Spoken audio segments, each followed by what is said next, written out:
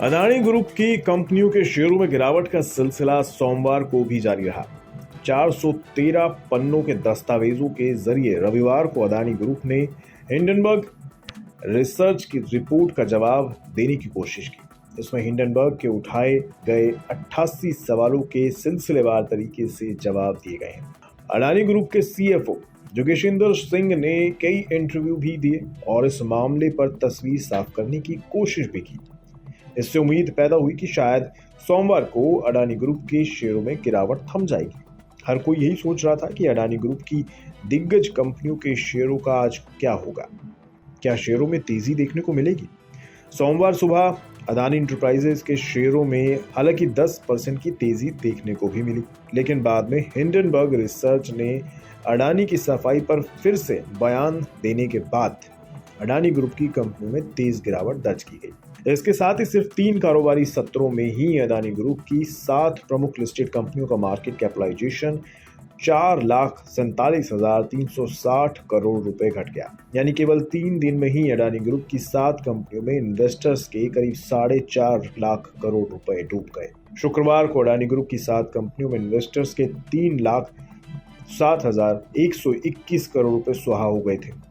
इसके एक दिन पहले यानी 25 जनवरी को अडानी ग्रुप में इन्वेस्टर्स को 97,000 करोड़ रुपए का भारी लॉस उठाना पड़ा था। सोमवार को अडानी इंटरप्राइजेज के शेयरों में 4.21% की तेजी रही।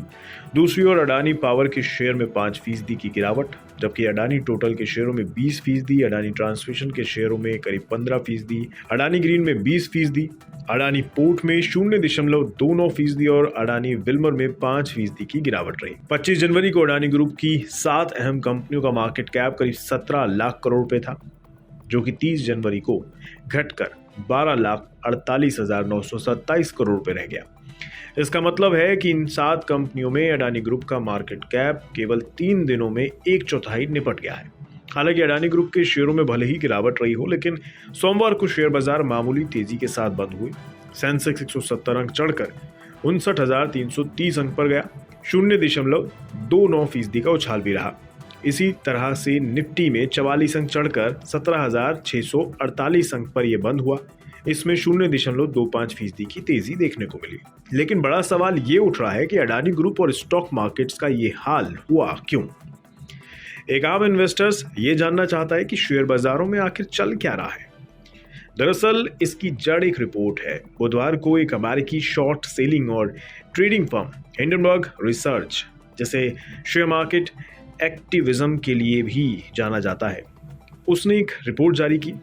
इस रिपोर्ट में अडानी ग्रुप पर लंबे अरसे से शेयरों में जोड़-तोड़, फ्रॉड और मनी लॉन्ड्रिंग जैसे संगीन आरोप लगाए गए।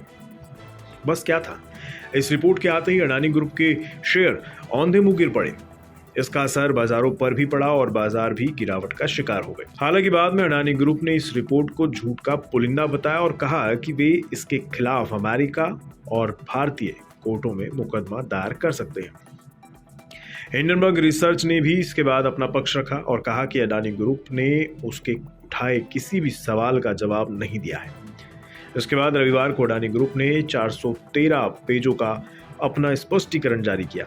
इसमें सिलसिलेवार तरीके से हिंडनबर्ग के पूछे गए 88 सवालों के जवाब दिए गए थे। हालांकि हिंडनबर्ग रिसर्च ने भी इस सफाई पर अपना बयान जारी किया और कहा कि राष्ट्रवाद की आड़ में फ्रॉड को छिपाया नहीं जा सकता। हालांकि हिंडनबर्ग की रिपोर्ट पर भी सवाल उठाए जा रहे हैं। कॉर्पोरेट गवर्नेंस फर्म है इनगवर्न, इन्होंने हिंडनबर्ग रिसर्च पर सवाल खड़े किए हैं।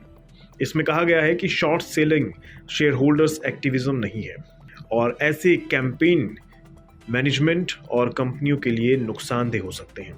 इसमें यह भी कहा गया है कि अमेरिका समेत दुनिया भर के कैपिटल मार्केट्स में शॉर्ट सेलर्स को अच्छी नज़र से नहीं देखा जाता।